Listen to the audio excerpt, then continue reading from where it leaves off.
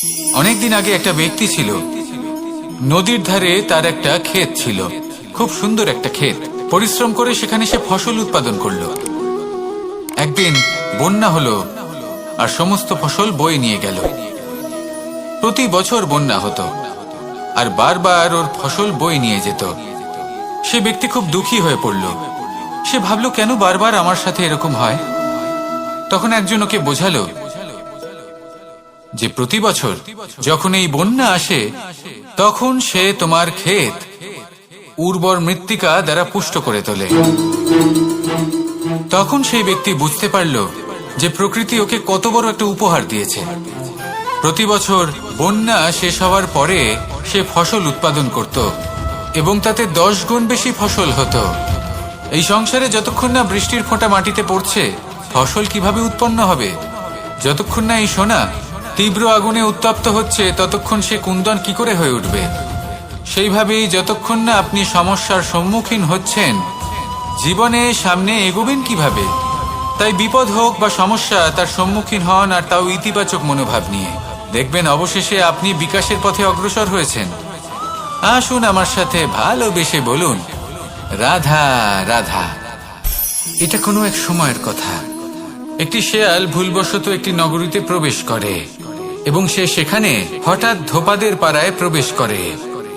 নীল রং গোলা জলে পড়ে যায়। কোনো ক্রমে পালিয়ে পালিয়ে আবার সে বনে ফিরে আসে। অন্য সব প্রাণীরা ওকে দেখে আর ভয়ভীত হয়ে পড়ে। তখন সেই শেয়াল ফোন দিয়ে এটে সবাইকে বলল যে, আমি হলাম দেবদূত আর তোমাদের সকলকে রক্ষা করতে এসেছি। সবাই ওর কথা মেনেও নিল। প্রত্যেক দিন ওকে ধন ধান্য খাবার এইসব প্রদান করতে লাগলো। তারপরে এমন একটি রাত এলো যেদিন দূরে কোথাও কিছু শেয়ালের দল তাকে ডাকতে শুরু করলো। আর তখন এই শেয়াল নিজেকে আটকেই রাখতে পারল না। সেও ঠিক শেয়ালের মতোই ডাকতে শুরু করলো। সকলে সেটা শুনতেও পেলেন এবং সকলে এটা বুঝতেও পেরে গেলেন যে এ হলো একটা ভণ্ড। সেই জন্য জীবনে কখনো ছলনা করবেন না। তাকে আপনি যতই লুকোনোর চেষ্টা করুন না কেন, সেটা অবশ্যই একদিন সামনে চলে আসবে। আর তার থেকেও বড় শিক্ষা হলো এটা যে কারোর জীবনে সম্পত্তি, ধন ধান্য এসব চলে আসাতে তার বুদ্ধির বৃদ্ধি ঘটে না, তার ব্যবহার শুভ হয় না। এটা তখন হয় যখন সেই ব্যক্তি সেটা নিজে পেতে চায়, তার জন্য ভাবনা চিন্তা করে, কর্ম করতে থাকে। আর যখন একজন ব্যক্তি নিজের বুদ্ধি এবং ব্যবহার উন্নত এবং শ্রেষ্ঠ করে তুলতে পারেন, তখন তিনি নির্ধন হয়েও ধন অর্জন করতে পারেন। ঠিক পদ্ম ফুলের মতো। একটি পদ্ম ফুল কিন্তু জন্ম নেয় পাকের মধ্যে। তারপরেও এই পদ্ম ফুল দেবতাদের প্রসাধনের অঙ্গ হয়ে ওঠে। আসুন আর আমার সাথে ভালোবেসে বলুন, রাধা রাধা। মানুষের শরীরের বিভিন্ন অঙ্গ দ্বারা ভিন্ন ভিন্ন প্রকারের কাজ করা হয়, আর সেই জন্য মানুষ নিজের শরীরের যত্ন করে, তার খেয়াল রাখে, নিজের শরীরকে সুস্থ রাখে, স্বচ্ছ রাখে, বস্ত্র পরিধান করে, আর কোথাও আঘাত লাগলে ক্ষতস্থান ঢেকে ফেলে। মানুষের শরীরে এমন একটি অঙ্গ আছে যা চোখে দেখা যায় না, যা অদৃশ্য থাকে, কিন্তু সেইটা দিয়ে মানুষের বিষয়ে অনেক কিছু জানা যায়। এবং মানুষের শরীরের সেই অঙ্গের নাম হলো বাণী। আপনার ভাষা। আপনি যেভাবে কথা বলেন, যার সাথে কথা বলেন, আপনি যেভাবে শব্দ চয়ন করেন, তার দ্বারা আপনার বিষয়ে অনেক কিছু বোঝা যায়, আপনার ব্যক্তিত্বের বিষয়ে অনেক কিছু বোঝা যায়। সেই জন্য সবসময় কিছু বলার আগে একটু ভেবে নিন, নিজের কথার ওপর একটু নিয়ন্ত্রণ রাখুন। আমার কথা শুনুন, এই হৃদয়কে শুদ্ধ করে তুলুন। যদি এই হৃদয় শুদ্ধ থাকে, তাহলে সর্বদা মধুর বাণী নির্গত হবে, যা সবাইকে প্রফুল্ল করে তুলবে। আর তখন এই মন প্রসন্ন হয়ে বলবে, রাধা রাধা। কিছু মানুষ চিরকাল দুঃখে থাকেন, বলেন যে দূরত্বের কারণে ওনাদের ভালোবাসা সমাপ্ত হয়ে গেছে। এমনও কিছু মানুষ আছেন যারা বলেন যে দূরত্বের জন্য ভালোবাসা বৃদ্ধি পায়। কেউ বলেন কাছাকাছি এলে ভালোবাসা বৃদ্ধি পায়। কিন্তু আসল সত্য হলো এটাই যে দূরত্ব ভালোবাসা পরিমাপ করার কোনো মাপদণ্ডই নয়। চাতক পাখিকে দেখুন, সারা বছর সে অপেক্ষা করে যে কখন বর্ষা আসবে আর ওর তৃষ্ণা নিবারণ হবে। বর্ষার জল ছাড়া ও আর অন্য কোনো জল পান করে না। তাহলে বলুন, এই যে দূরত্বের জন্য ওদের ভালোবাসা কি সমাপ্ত হলো? এই ভালোবাসা আপনার মানসিকতা বুঝতে পারে, সে আপনার মনে লুকিয়ে থাকা আবেগ বুঝে নিতে পারে। তা সে আপনি যতই দূরে চলে যান না কেন, যতই কাছে আসুন না কেন, শুধু নিজের আবেগগুলিকে কখনো মলিন হতে দেবেন না, স্বার্থ জড়িয়ে ফেলবেন না। প্রেমকে পবিত্র করে তুলুন, এই প্রেম ক্রমাগত বৃদ্ধি পাবে। আসুন আর এই ভালোবাসার সাথে বলুন, রাধা রাধা। মানুষ নিজের জীবনে সেই সবকিছু লাভ করতে পারে যা সে কামনা করে। শুধু প্রয়োজন হলো ইচ্ছে এবং সিদ্ধান্তের। এবারে ইচ্ছে আসলে কি? সেটা হলো এই মনে প্রকট হওয়া একটি ভাবনা, একটি আবেগ। শুধু তা দিয়ে কিছুই হয় না। যখন সেই ইচ্ছের সাথে দৃঢ় প্রতিজ্ঞা জুড়ে যায়, তখন বিষয়টা এগোতে থাকে। একটা উদাহরণ দিই, ধরুন আপনি মরুভূমিতে আছেন এবং আপনি মধুর জল পান করতে চান। এটা হলো শুধুমাত্র আপনার মনের একটি ইচ্ছে। যখন এই ইচ্ছের সাথে সিদ্ধান্ত জুড়ে যায়, তখন আপনি সেই মরুভূমিতে গর্ত খুঁড়তে চেষ্টা করেন। আর যখন এই সিদ্ধান্তের সাথে নিষ্ঠা জড়িত হয়, তখন আপনাকে সেই জল লাভ করার থেকে কেউ বাধা দিতে পারে না। ইতিহাস এটার সাক্ষী, যিনি নিশ্চিত করেছেন তিনি সেই সব কিছু লাভ করেছেন যা তিনি লাভ করতে চেয়েছেন। সেই জন্য ইচ্ছে থাকা খুব দরকার, কিন্তু তাকে সিদ্ধান্তের সাথে জুড়ে নিন, সিদ্ধান্তকে নিশ্চিত করে ফেলুন, সবকিছু লাভ করবেন। আর তখন এই মন প্রসন্ন হয়ে বলবে, রাধা রাধা। এই সংসারে কোনো বস্তু হোক বা ব্যক্তি হোক, তার একার গুরুত্ব কিন্তু খুব বেশি নয়। একটা উদাহরণ হিসেবে বৃষ্টির ফোঁটাকে ভেবে দেখুন। যদি একটি বৃষ্টির ফোঁটা হয় তাহলে তার খুব বেশি গুরুত্ব থাকে না, কিন্তু যখন সহস্র বৃষ্টির ফোঁটা মেঘের মধ্যে দিয়ে ঝরে পড়ে, তখন সেটা বর্ষার রূপ ধারণ করে। সেই বর্ষা যা এই প্রকৃতিকে শান্ত করে। সেইভাবেই পাথরের ছোট টুকরো, তার খুব বেশি গুরুত্ব থাকে না, কিন্তু যখন অসংখ্য পাথরের টুকরো একত্রিত হয় তখন তা পর্বতের আকার ধারণ করে। সেইভাবেই কিছু মানুষ যখন একত্রিত হন তখন তৈরি হয় পরিবার, কিছু পরিবার যখন একত্রিত হয় তখন তৈরি হয় সমাজ, যখন অনেক সংখ্যক সমাজ একত্রিত হয় তখন তৈরি হয় রাজ্য। এবার এই রাজ্যের সব থেকে গুরুত্বপূর্ণ ব্যক্তি হতে পারেন রাজা, কিন্তু তাও সেই রাজা একা কিছু করতে পারেন না। যুদ্ধ লড়ার সময় তারও নিজের সৈন্যদলকে প্রয়োজন পড়ে। কিন্তু এই সংসারে এমন একজন ব্যক্তি আছেন যিনি একাই সব কাজ করতে থাকেন, এবং সেই ব্যক্তি হলেন মা। আমাদের জীবনে একজন পিতার ভূমিকা কিন্তু নিঃসন্দেহে অমূল্য, কিন্তু আমাদের সকলের জীবনে যে ভূমিকা একজন মায়ের তা অন্য কারোর থাকে না। একজন মা একাই সন্তানকে বড় করতে পারেন, সংস্কারী করে তুলতে পারেন, তার জন্য পরিশ্রম করেন। আর এত কিছু কাজ করার পরেও তার কাজের জন্য তিনি প্রশংসা অবশ্য পান না। উল্টে যদি সেই সন্তান অনুচিত পথে চালিত হয়, অনুচিত কর্ম করে, তখন সেই মাকেই অপবাদের পাত্র হয়ে উঠতে হয়। আমাদের জীবনে মায়ের যোগদান কতটা সেটা বুঝুন। আপনাকে বড় করে তোলার জন্য উনি কতটা পরিশ্রম করেছেন সেটা বুঝুন। আজ থেকে, এখন থেকে, এই মুহূর্ত থেকে মাকে সম্মান করতে শিখুন। যখন সময় পাবেন, যখন সুযোগ হবে, তখন তার প্রশংসা করুন, ওনারও ভালো লাগবে। আর মায়ের এই মমতার জন্য, তার এই ভূমিকার জন্য আসুন সবাই মিলে আমরা তাকে প্রণাম করি, আর সকলে মিলে ভালোবেসে বলি, রাধা রাধা। মানুষ নিজের জীবনে অনেক বস্তু, অনেক ব্যক্তিকে অনাদর করে থাকে, ভাবে যে ওর কোনো মূল্যই নেই, এটা তো কোনো কাজেই লাগবে না। এবার ভাবুন যে আপনি কোনো পথে হাঁটছেন আর আপনার পায়ে একটা কাঁটা ফুটে গেল। তখন আপনি যাই করুন না কেন, তলোয়ার দিয়ে আপনি সেই কাঁটা বের করতে পারবেন না। তার জন্য আপনার দরকার পড়বে একটি সূচের। সেই জন্য এই সংসারে যে কেউই ছোট বা বড় হন না, সকলের নিজের মূল্য আছে। দেখুন, যদি কথা বলা হয় জল নিয়ে, জল যদি দূষিত হয় তাহলে তা আমরা গ্রহণ করতে পারবো না, পান করতে পারবো না। কিন্তু যদি হঠাৎ করে কোথাও আগুন লেগে যায়, সবকিছু ভস্ম হতে শুরু করে, তাহলে সেই জল কিন্তু সেই আগুন নিভিয়ে দিতে পারে। এই পুরো খেলাটাই হলো দৃষ্টিভঙ্গির, মানসিকতার।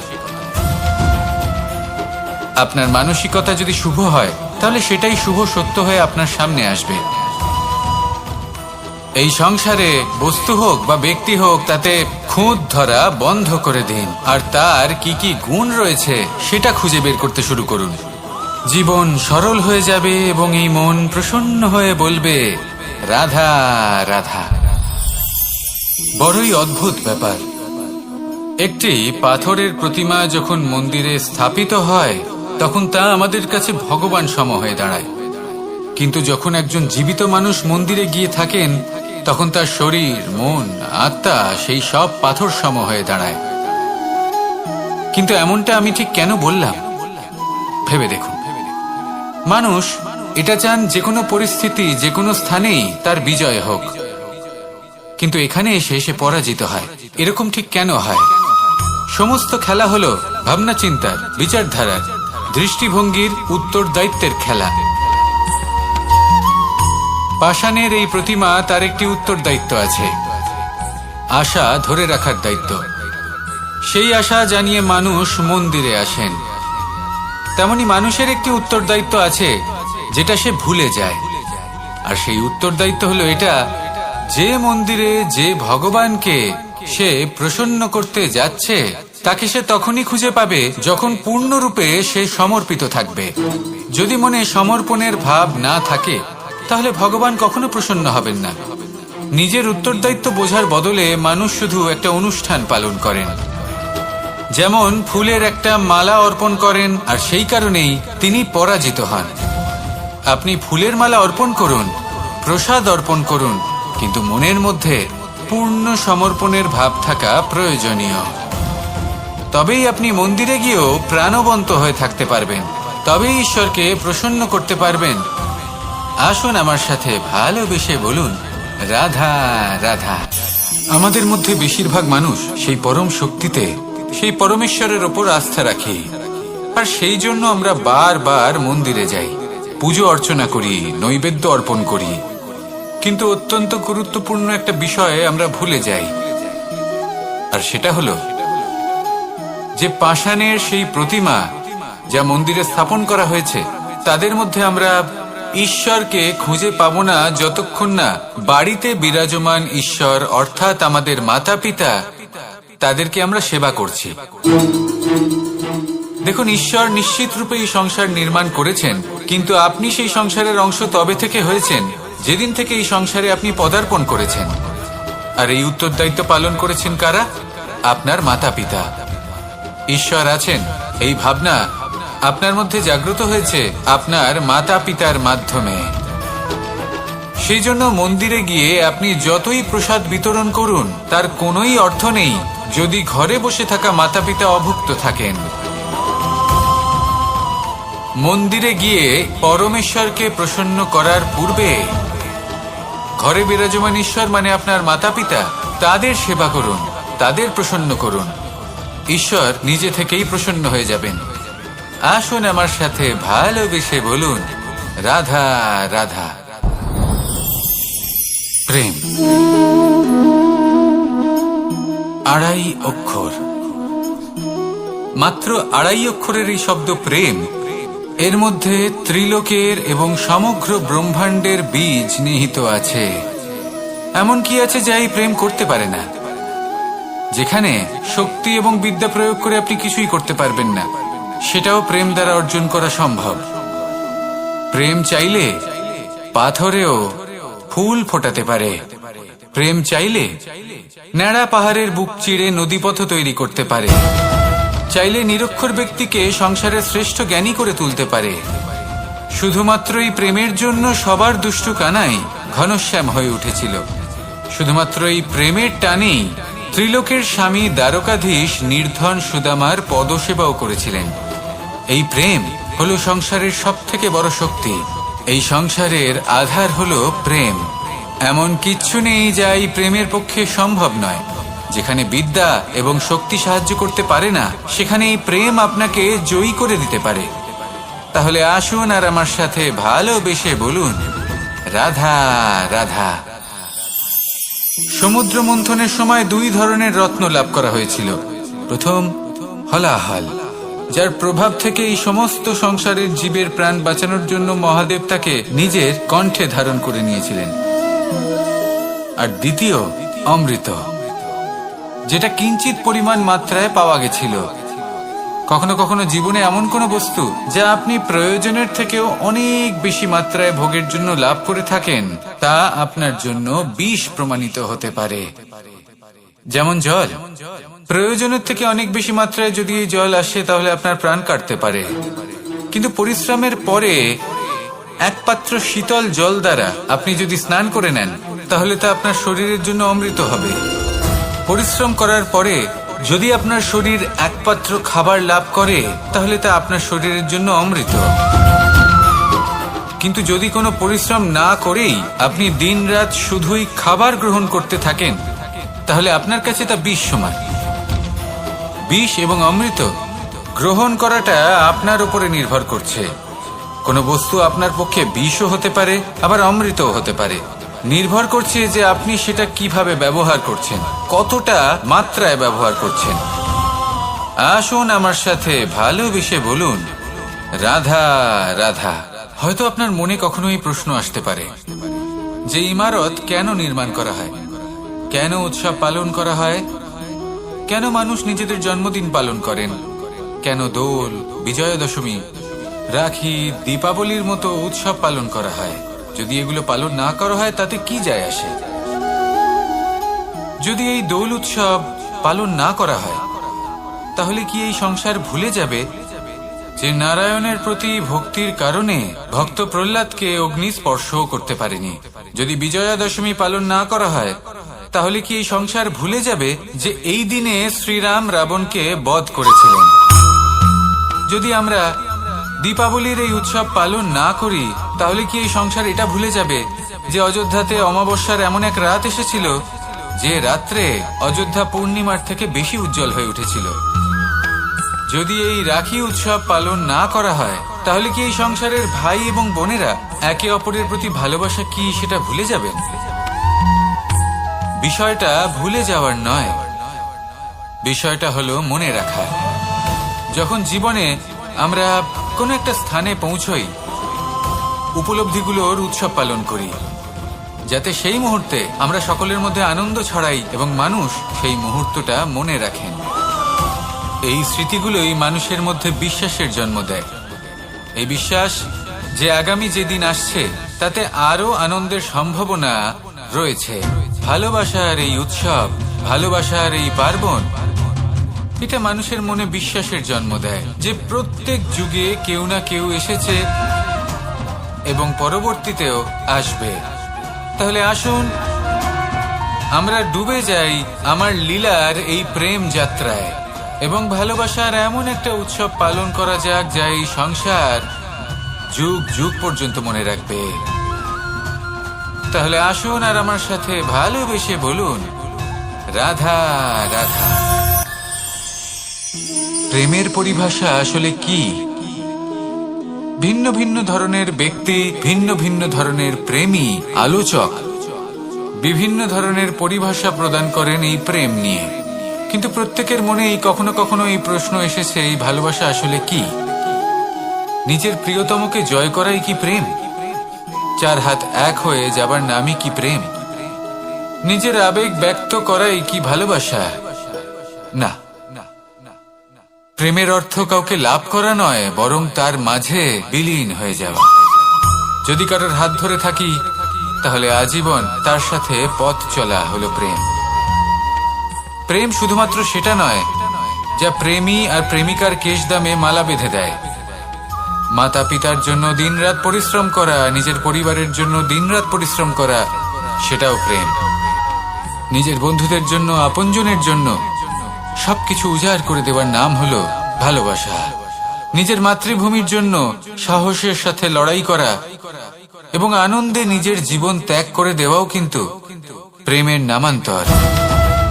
সেই জন্য যারা বুদ্ধিমান ব্যক্তি তারা কখনো প্রেমের পরিভাষা খুঁজতে চান না, কারণ তারা জানেন যে এই প্রেম কতটা বিশাল। তারা জানেন যে এই প্রেম হলো এক বিশাল সাগর, যাকে নিজের মুঠোয় ধরে রাখা যায় না। সেই জন্য এই প্রেমের সাগরে ডুবে যান এবং সকলকে ভালোবাসতে শিখুন। যদি সবাইকে ভালোবাসতে পারেন তাহলে তাদেরও কল্যাণ হবে যারা আপনাকে ভালোবাসে, তাদেরও কল্যাণ হবে যাদেরকে আপনি ভালোবাসেন, আর আপনারও কল্যাণ হবে। আর তখন এই মন ভালোবেসে বলবে, রাধা রাধা। কখনো কখনো আমরা খুব ব্যথিত হয়ে পড়ি। আমরা নিজেদের পরিবারের জন্য এত কিছু করি আর তারা আমাদের দেখলেই ভয়ভীত হয়ে পড়ে, আমাদের দেখলে বিরক্ত হয়। কখনো নিজেদের সন্তানকে বিকাশের পথে অগ্রসর করার জন্য আমরা তাদের উপর একটু জোর দিই যাতে তারা পরিশ্রম করে, কিন্তু সেই সন্তান আমাদের উপর বিরক্ত হয়ে পড়ে। কখনো সন্তানকে সঠিক শিক্ষা দেওয়ার জন্য আমরা তাদের কিছু সীমা নির্ধারিত করি, তখন সেই সন্তানের চোখে নিজেদের জন্য আমরা ঘৃণা দেখতে পাই। মানুষ কেন ব্যথিত হবেন না?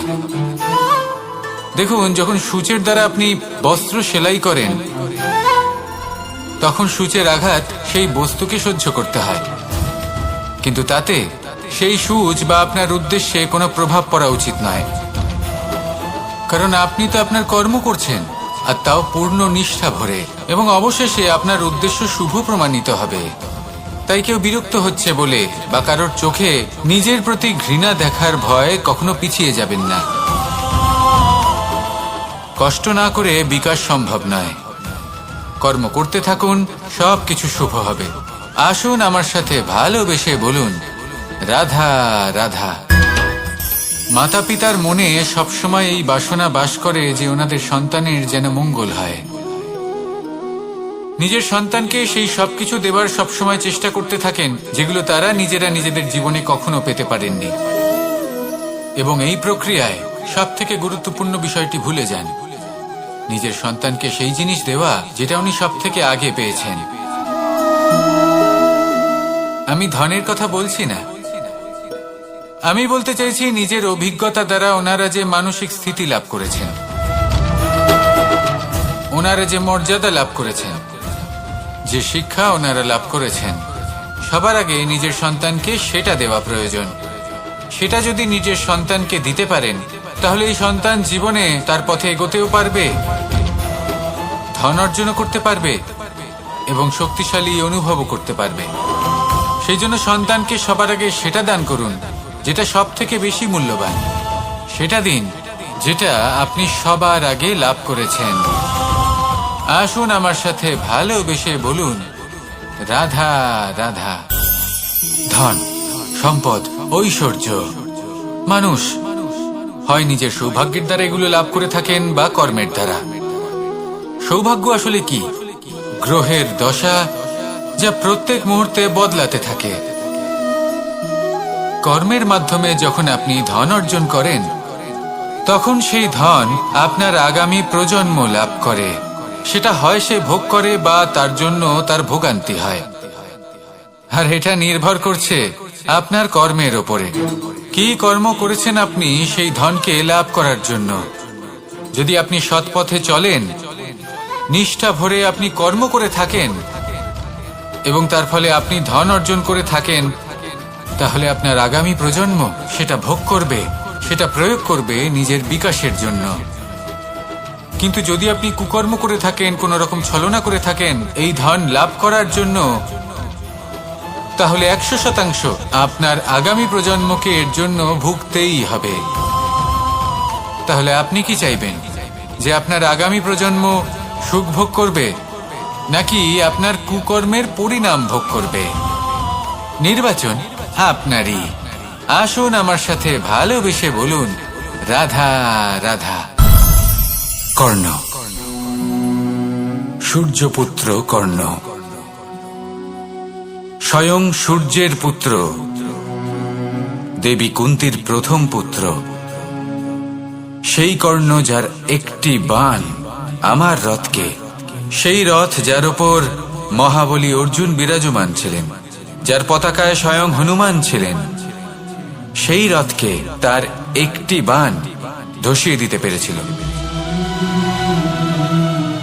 দৈব কবচ কুণ্ডলধারী কর্ণ, সেই কর্ণ যুদ্ধক্ষেত্রে নিজের সমাপ্তির সম্মুখীন হলেন। কারণ কি ছিল? নির্বাচন। দুর্যোধনের সাথে বন্ধুত্ব রাখার জন্য, তার অনুচিত কর্মে কোনোদিন কোনো প্রতিবাদ করেননি, তাকে সঙ্গ দিয়েছেন এই নির্বাচন। যখন দ্রৌপদীর বস্ত্রহরণ হচ্ছিল, তখন তাকে বাধা দেওয়ার বদলে নীরব থাকার নির্বাচন, তার বিরোধিতা কখনো না করার নির্বাচন। এই নির্বাচনই কারণ হয়ে দাঁড়ালো কর্ণের পতনে।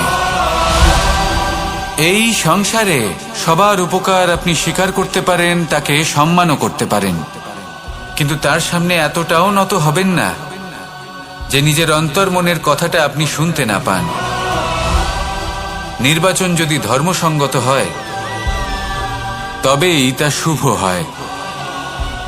আসুন আমার সাথে ভালোবেসে বলুন, রাধা রাধা।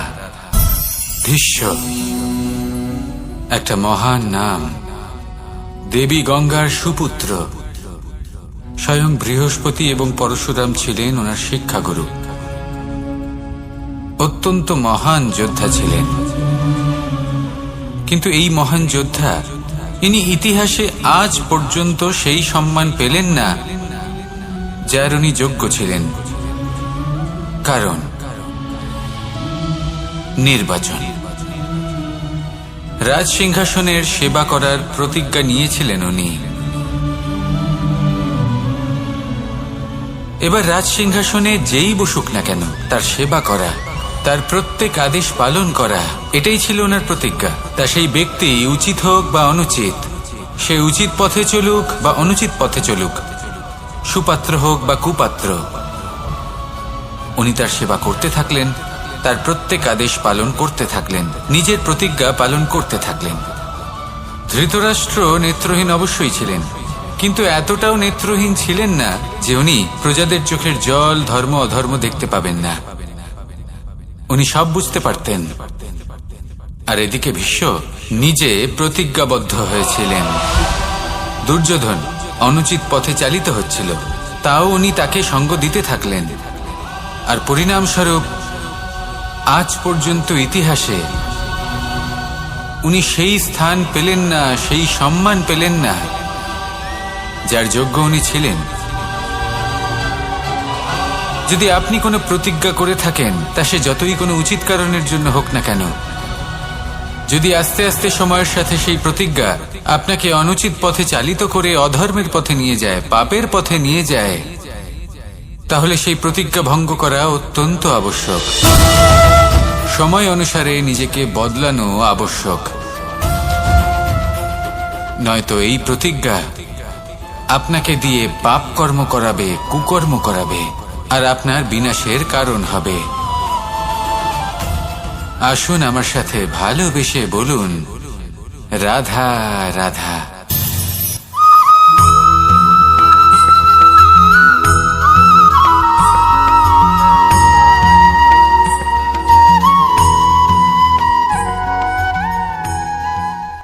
শব্দ। শব্দ আসলে কি? শুধুই কয়েকটি অক্ষরের সমষ্টি, নাকি আমাদের বাণী? এই শব্দ এমন এক শক্তি যা কাউকেই নিজের বশবর্তী করে ফেলতে পারে। শব্দ এমন এক অস্ত্র যা কাউকে ক্ষত বিক্ষত করে দিতে পারে। এই শব্দ হলো একটি নাদ স্বরূপ, যা কোনো ঘুমন্ত ব্যক্তিকেও জাগিয়ে তুলতে পারে এবং নিজের লক্ষ্যের দিকে অগ্রসর করতে পারে। শব্দে এত শক্তি আছে যে কারোর মনে এতটা আঘাত দিতে পারে যে সে হয়তো জীবনে আর কখনো এগোতেই পারল না। তাহলে এই শব্দের প্রয়োগ খুব ভেবে চিন্তে করবেন। এবং এই শব্দের মতোই হলো নীরবতা। অনেক সময় এই নীরবতা আমাদের সহায়ক হয়ে ওঠে, অনেক সময় এটা আমাদের অনুশোচনাকে অনেক বেশি বাড়িয়ে তুলতে পারে।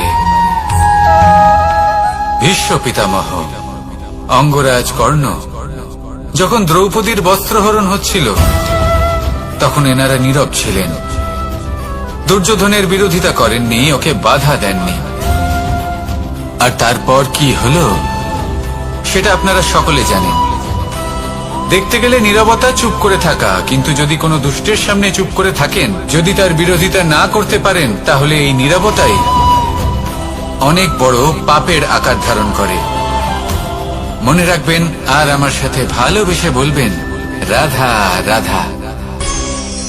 আভূষণ, কার না ভালো লাগে এই আভূষণ? আমরা পরিশ্রম করি, ধন অর্জন করি, আর আভূষণ কিনে থাকি, কখনো নিজের জন্য, কখনো বা তাদের জন্য যাকে আমরা ভালোবাসি, বা তাদের জন্য যাকে আমরা সম্মান করি। হয়তো সেই জন্যই সীতা চূড়ামণি ধারণ করেছিলেন এবং আমি সামন্তকমণি। কিন্তু এটাই কি সেই প্রকৃত আভূষণ যা আপনার মূল্য বৃদ্ধি করে? না। শ্রীরামের আভূষণ হলো ওনার নম্র ভদ্র ব্যবহার। মাতা সীতার আভূষণ হলো ওনার সততা, ওনার নিষ্ঠা, ওনার ত্যাগ। অর্জুনের আভূষণ ছিল ওনার একাগ্রতা। রাধার আভূষণ ওনার প্রেম। এই আভূষণ কোথাও নেই, আপনার মনে আছে। যদি আপনার মনে মিষ্টতা থাকে, তা শান্ত হয়, তাতে সততা থাকে, নিষ্ঠা থাকে এবং প্রেম থাকে, তাহলে আপনার অন্য আর কোনো আভূষণের কোনো প্রয়োজন নেই। আপনি যতই ভিড়ের মাঝে থাকুন, আপনার ঔজ্জ্বল্য চোখে পড়বে। আসুন আর আমার সাথে ভালোবেসে বলুন, রাধা রাধা। এই সংসারের সব থেকে বড় সত্যি হলো জন্ম এবং মৃত্যু, কিন্তু আরো বড় একটা সত্য আছে, মিত্র এবং শত্রু, যা আমাদের সকলের জীবনে থাকে।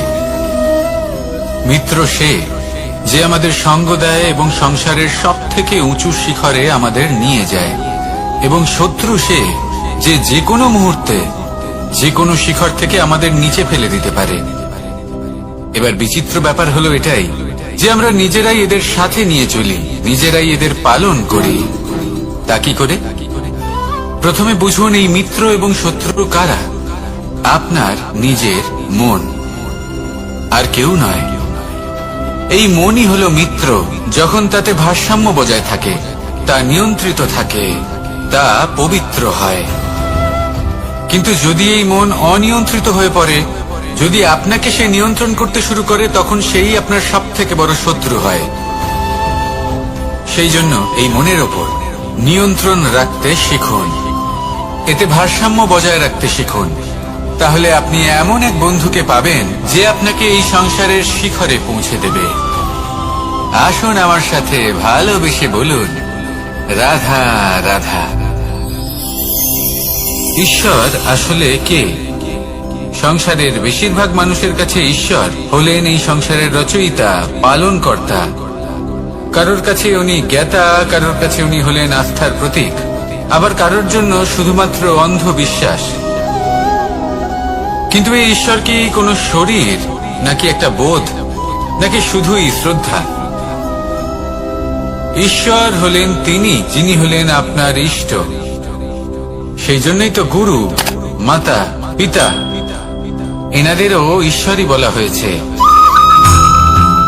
যাদেরকে আমরা ঈশ্বর বলে মনে করি, যারা আমাদের ইষ্ট, তারা আমাদের একটি পথ দেখান, একটি দিকে চালিত করেন। সেই পথে চলে আপনি শুভ কর্ম করতে পারেন। আর যখন কোনো ব্যক্তি তার ঈশ্বরের আদেশ পালন করেন, তখন সে নিজে থেকেই শুভ পথে অগ্রসর হয়ে যান। বেশ কয়েকজন মানুষ ঈশ্বরের ওপর আস্থা রাখেন এবং ভাবেন যে অনুচিত কোনো কাজ করা উচিত নয়, ঈশ্বর দেখছেন। ওনারা ভয় পান যে কোনো অনুচিত কর্ম করলে কে জানে তার পরিণাম কি হবে। এমন অনেক ব্যক্তি রয়েছেন যারা ঈশ্বরকে বিশ্বাস করেন এবং জানেন যে ঈশ্বর তাদেরকে দেখছেন, তাই যে যে শুভ কর্ম ওনারা করেছেন তার ফল তারা অবশ্যই পাবেন। এবার আপনি ভয় পেয়ে ঈশ্বরকে বিশ্বাস করবেন, নাকি বিশ্বাসের দ্বারা ঈশ্বরকে বিশ্বাস করবেন, সেই সিদ্ধান্ত আপনারই। কিন্তু হ্যাঁ, যদি আপনার মনে ঈশ্বরের জন্য কোনো স্থান থাকে, যদি আপনার কোনো ইষ্ট থাকেন, যদি আপনি কাউকে ঈশ্বর মনে করেন, যার প্রত্যেক আদেশ আপনি পালন করে থাকেন, তাহলে বলি ঈশ্বর কখনো আপনাকে অনুচিত পথে চালিত করবেন না। আসুন আমার সাথে ভালোবেসে বলুন, রাধা রাধা। এই সংসারে ভিন্ন ভিন্ন ধরনের গাছ আছে, অসংখ্য ধরনের প্রজাতি আছে। কিছু গাছ পাতা দিয়ে থাকে, কিছু ফুল, কিছু ফল। কেউ ছায়া প্রদান করে, কেউ শীতলতা প্রদান করে, কেউ নিজেকে খুব কষ্ট দিয়ে এই সংসারের বিকাশে সহায়ক হয়ে ওঠে। কিন্তু এই সবার মধ্যে একটা বিষয় কিন্তু সমান, এরা প্রত্যেকেই পাতা ছাড়া, ফুল ছাড়া, ফল ছাড়া জীবিত থাকতেই পারে, কিন্তু কোনো বৃক্ষই শিকড় ছাড়া বেঁচে থাকতেই পারে না। এটাই হলো রাধার। ঠিক সেইভাবেই আমাদের জীবনে শক্তি হোক, ধন হোক বা সাফল্য হোক, আমাদের বা আমাদের পরিবারের প্রসন্নতাই হোক, এই সবকিছুর আধার হলো, সবকিছুর মূল হলো পরিশ্রম। তাই জীবনে চিরকাল পরিশ্রম করতে থাকুন। যদি আপনি জীবনে মহান হবার পথে অগ্রসর হতে চান, তাহলে পরিশ্রম করুন। এই পরিশ্রম দ্বারাই নিজের পরিবারকে প্রসন্ন করুন, নিজের বন্ধুদের প্রসন্ন করুন, এই সমাজকে গর্বিত করুন। আসুন আমার সাথে ভালোবেসে বলুন, রাধা রাধা। এই সংসারের সব থেকে বড় রোগ কোনটা? কেউ বলবে মানসিক রোগ, কেউ বলবে সেই রোগ যা সর্পদংশনের ফলে হয়ে থাকে। এই সংসারে ভিন্ন ভিন্ন ধরনের রোগ আছে এবং তার সাথে ভিন্ন ভিন্ন ধরনের যন্ত্রণাও রয়েছে। এমন একটা রোগ আছে যা চোখে দেখা যায় না, যা আপনার শরীরে কোনো দাগ রেখে যায় না, কিন্তু আপনার আত্মাকে পর্যন্ত ক্ষত বিক্ষত করে, অসুস্থ করে তোলে, বিনাশ করে দেয় আপনাকে এবং তার সাথে আপনার আত্মাকে। এই অসুখের নাম হলো লালসা। লালসা, যে কর্ম সাধন করেছেন তার থেকে বেশি ফল লাভ করার আশা। লালসা, যা আজ আছে তার থেকে অনেক বেশি লাভ করার ইচ্ছে। এই ইচ্ছে এই সংসারে সবার থেকে এগিয়ে থাকার আপনাকে প্রেরণা যোগাবে, কিন্তু তার জন্য আপনাকে অপরাধযোগ্য কাজ করতে উৎসাহিত করবে। আপনার বন্ধু, আপনার আত্মীয়, আপনার পরিবার, এই সবার থেকে আপনি কখন দূরে চলে যাবেন আপনি বুঝতেই পারবেন না। উচিত অনুচিত কোনটা, ধর্ম অধর্ম কোনটা, সব ভুলে যাবেন আপনি। সেজন্য মনে রাখবেন, নিজের জীবনে যদি আপনি লালসার থেকে নিজেকে দূরে রাখতে পারেন, তাহলে এর অর্থ হলো যে আপনি এই সংসারের সব থেকে বড় অসুখের ওপর বিজয় লাভ করেছেন।